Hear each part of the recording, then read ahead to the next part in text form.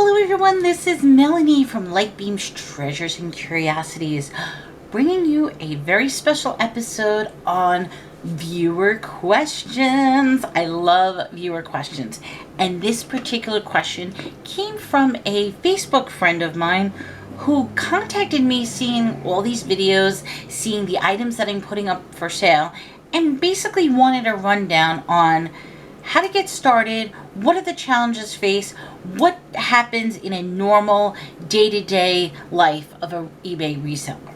Now, I will say that is a chock full of questions. I was discussing this with her back and forth, but I came together a list of items that I wish I knew before I started. And I want to share that with you, as well as answer her question in regards to this. Now, she didn't want me to give her name. That's totally fine. But before I get to the list, you know what you do. Hit the subscribe button, hit the like button, hit that little bell that goes ding. This way you get notified each time I produce more content. I am going to be doing many how-to videos, viewer questions, what's sold on eBay, and just general fun videos about retail arbitrage, retail selling, all types of thrifting, and all the information that I can get. So with that, let's get started. So now, the first thing is you are constantly going to be learning, researching, pricing, comp. I mean, for every item that you find, if you really want to maximize your sales and maximize the way, is do the research. Actually take the item that you want to sell and look it up, and not just eBay. Look it up, see what the going price on Amazon is. Put it into Google, that particular item, and go to the shopping. It'll come up with all the different sites, from Etsy to private sites to Walmart sites, that are selling the same exact item. Try to get an idea on what the stores are selling it for if it's a new item. If it's a classic item, what are other people selling it for? Then you can make an informed decision about how much to price your item. And the fact that you're constantly going to be researching means that depending on your item or your niche, you're going to be learning about so much information. Now, me, generally, my main focus is either the book section or my focus is on health and beauty, but I do a mishmash of everything. Basically, my store is anything I can get my hands on, I am going to sell. So you may want to determine what type of store. If you are like me, where it's like anything and everything you can get your hands on, you are going to sell, then be prepared to have a wealth of knowledge in your head that you're going to have to research and learn. And believe me, the more you do it, the more you become exposed, and the more you sell, the more that knowledge will be in your head. The second thing, and this is a painful lesson I needed to learn, is just because something is on sale doesn't mean you should buy it, and doesn't mean that you can sell it. Because A, think about it. It's on sale for a reason. That means people haven't been buying it. B, if it's on sale in one store, it's probably going to be on sale across the board. So you're going to have an influx of buyers, sellers, buying all these cheap items to try to resell. 3, sometimes it's just not worth selling clearance items. Maybe it can be, maybe it can't. I mean, for those of you who know, I just invested in that huge cart of Valentine's Day stuff. I'm keeping my fingers crossed because right now it's a very, very slow sale. But we will see what happens as things get better with what's been going on. But yes, just because something is on sale does not mean you should buy it, and does not mean it'll actually sell. So be very careful with the items you do source and the items that you buy. The next thing is, I always tell people, start off with the stuff around the house. It's a great way to practice. It's a great way to clear out the items in your house. It's also, being that we are all trapped indoors anyway and really can't source, it's a great way to clean up your house and actually have product that you can sell. So the thing is, and this is very important, is do not attach any personal feelings with your item. I mean, in other words, just because you think something is valuable does not mean the rest of the world thinks it's valuable. okay? And if you put attachments on it, a personal attachment, it'll be very difficult to sell. And you will notice this a lot in garage sales. Generally, the people who are attached to items have much higher garage sale prices, and there's like no negotiation whatsoever, as opposed to the people who are like, I just want to get rid of this, take as much as you want, fill a bag sort of thing. So on one end, you want to try to buy from the people who have no attachment to it. On the other end, you don't want to create an attachment to your products. Get it out the door, sell it, get new products if that's possible. Now, as a brand new seller, unfortunately, what's going to happen is you're going to get a lot of scammers. People will try to scam you. They will try to take advantage of you. They will try to threaten you with a low feedback if you don't give in to their demands. Bear in mind that's feedback extortion, so eBay does protect you from that.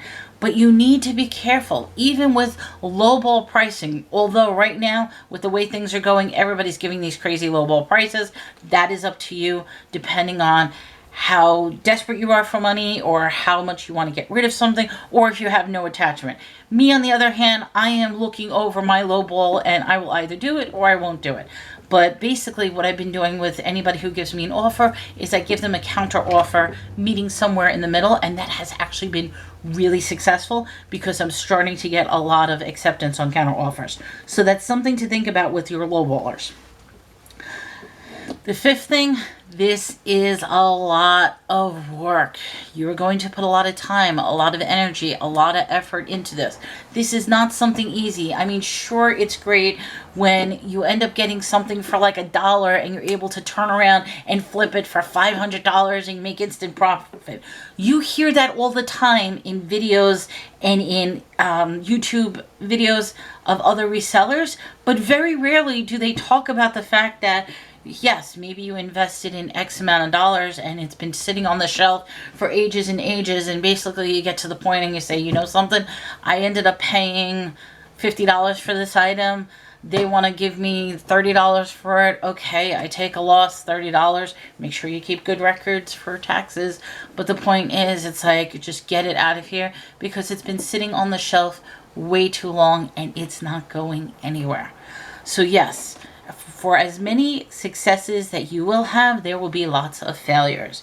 And you will learn about those failures, and you need to accept those failures. So yes, you will be faced with a lot of headache and work. This, oh my God, it sounds so simple, but I warn you, always have excess tape, scissors, box cutters, boxing material, packing material, plastic wrap, bags, anything that you think, bubble envelopes, poly bags, anything that you use to pack up your boxes, have on hand. You have no idea how difficult it is when you have to wrap up a package and you don't have tape, or you can't find your scissor, or you can't find a box cutter. I end up buying a lot of books. I mean, not buying, I sell a lot of books. So all I need for myself is my tape, my brown paper, and my plastic wrap. Okay, but in other cases, that is not the case. I will need so many more items. Make sure you have those on hand. The next thing is stay organized. Keep your items clean, organized, in a easy manner. A lot of people have an inventory system. A lot of people have a shelving system. Let me tell you, as long as you can go back to where the item is in a timely basis, that will save you a lot of time. I cannot tell you how many times I have had a book buried or an item that I just could not find, that I had to destroy everything to find this, and then it turns out I didn't have it anyway because it ended up getting sold or donated or whatever. But keep yourself organized. Create a system. Make sure you can find those items. That will help you in a long way. And in the beginning, if you start out with good practices and continue on then, the more stuff you get, the easier it will become. Set a schedule for yourself. Find out if this is a part-time job for you. Set up a specific time. You want to do X amount of time, either every day, every other day. Set up a schedule for when you go to the post office, or if you set up packages at home for pickup. Set yourself a schedule And if you decide to go beyond the schedule, great. But as long as you can maintain a schedule at the minimum amount of time and you keep posting on a daily basis, I'm sure the success will be great. Lastly, learn from others. Okay, so you have eBay that has your community support center with your blogging. You have YouTube with a wealth of information. You have the YouTubers who even have Facebook groups. There is no reason that there is not somebody out there who is willing to help you, give you information, or that you can learn on your own. Watch out for Facebook lots of times, because you know something, they can be quite brutal, but ignore the brutal aspects of Facebook and genuinely connect with those who are willing to help. I'm the type of person, you come to me, I will bend over backwards to give you all the information you need. That's why I love viewer questions and I love talking to people, because this is my business, this is my passion, this is something I would love to do, and I would love to see you succeed at it as well. I am only in my beginning stages of where I'm going and how my business is. And you know something, each step of the way, I'm going to be learning, changing, growing, evolving, and most of all, I am going to be failing as well. So you know something, utilize this time to learn from as many people as you can, because this is your business, this is your livelihood, or maybe this is just something for a little extra money on the side. But you can get to the point where you can leave your full-time job and do this and earn just as much. That is on you, whether you decide to take that leap or not, or like I said, if you just want some little extra pocket change. So that's some of the things that I wish I knew before I got started. I've been doing this for, I always did eBay, Amazon as a side business. Now the fact that I'm doing it 100% full-time, completely different mindset, completely different atmosphere. And I'm spilling everything over on the side. Sorry. Completely different atmosphere. So I do have to look at this from a very different perspective. And the way I look at it from both views. The fact that I've been doing it for such a long time, part-time. Now that I'm doing it as a sole source of income, my mindset has to be completely different. So with that, I want to thank the viewers so much for your question. Like I said, she wanted to remain anonymous in this video. She didn't want me to name her name or anything like that. But I hope that answers some of the challenges and questions that I face as an eBay reseller. I wish you the best of luck.